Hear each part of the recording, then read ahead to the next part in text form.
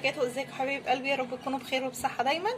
النهارده ان شاء الله هنعمل مع بعض السمك المرجان الجميل ده، هنعمله مشوي باذن الله. والبلطي طبعا البلطي انا غسلاه ومنضفاه وعامله له فتحات كده زي ما حضراتكم شايفينه كده، تمام. وكمان المرجان بنشيل بس البطن بتاعته، بنسيب طبعا ما بننضفوش تنظيف كامل، بنسيب بس البطن بتاعته بنشيلها، تمام.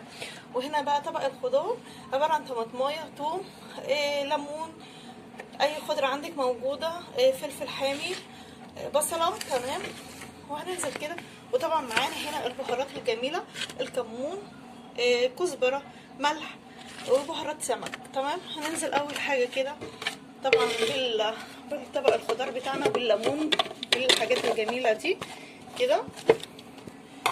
وهننزل كمان بنص كوبايه ميه، وننزل بالبهارات بتاعتنا. الكمون اهم حاجه، نكتر الكمون شويه ونضرب ده في الخلاط ونرجع مع بعض.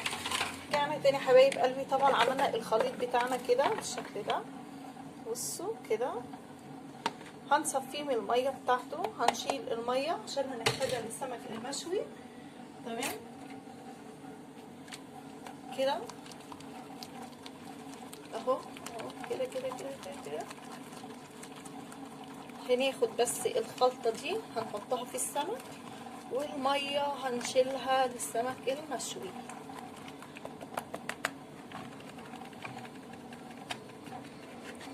تمام.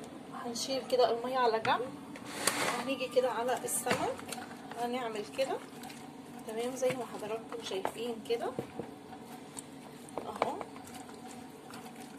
دي تتبيله سمك جميله جدا، اتمنى طبعا ان حضراتكم تجربوها. نسيب السمك طبعا اقل حاجه نص ساعه، اقل حاجه، تمام. وارجع ان شاء الله معاكم.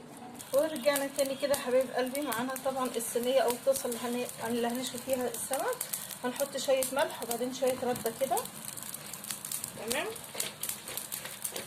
ما تخافوش خالص. وننزل كده. طبعا بنعمل كده علشان السمك ما يلزقش منك، ونحط واحده عكس التانيه كده زي ما حضراتكم شايفين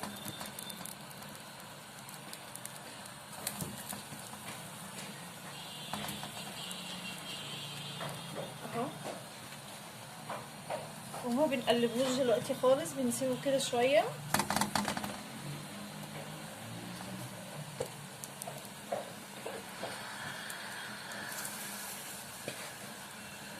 ونرش كده برضه شويه رد عليه وارجع معاكم كده. السمك المقلي معانا دقيق ومعانا نشا، تمام.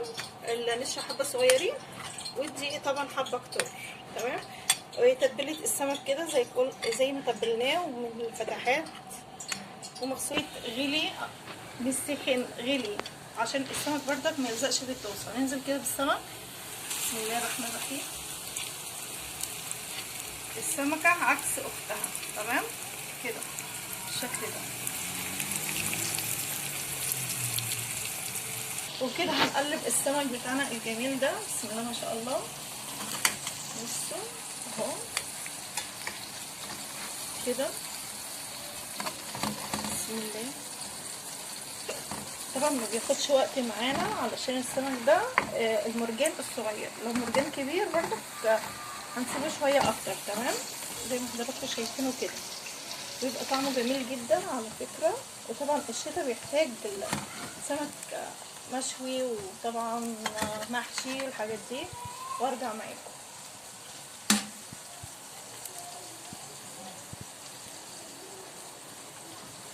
وده طبعا شكل السمك المقلي، السباق جميل. عايزه اقول لكم ريحه جميله جدا. نرجع بقى ان شاء الله لكم. بالنسبه نخليه في التبريد ويكون مقرمش كده معانا. خلص معانا. هنيجي كده بقى الميه بتاعت الدقه اللي احنا كنا شايلينها في اول الفيديو، وهنحط كده على السمك. بصوا السمك ما شاء الله عامل ازاي. طبعا السمكتين دول السمك بوري لقيتهم كده في المرجان، تمام. عايزه اقول لكم ريحته تحفه وجميله جدا. كده بنحط عليه الدقه الجميله دي كده وهو سخن اول ما بنخلص. تمام، اخلص بقى السمك المقلي وارجع معاكم. حبايب قلبي كده خلصت السمك المقلي والسمك المشوي. تمام، عايزه اقول لكم يعني بسم الله ما شاء الله الكميه زادت وبقى جميل جدا. ولو عجبك الفيديو اعمل لنا لايك وسبسكرايب، فعل الجرس عشان يوصلك كل ما هو جديد. والسلام عليكم ورحمه الله وبركاته.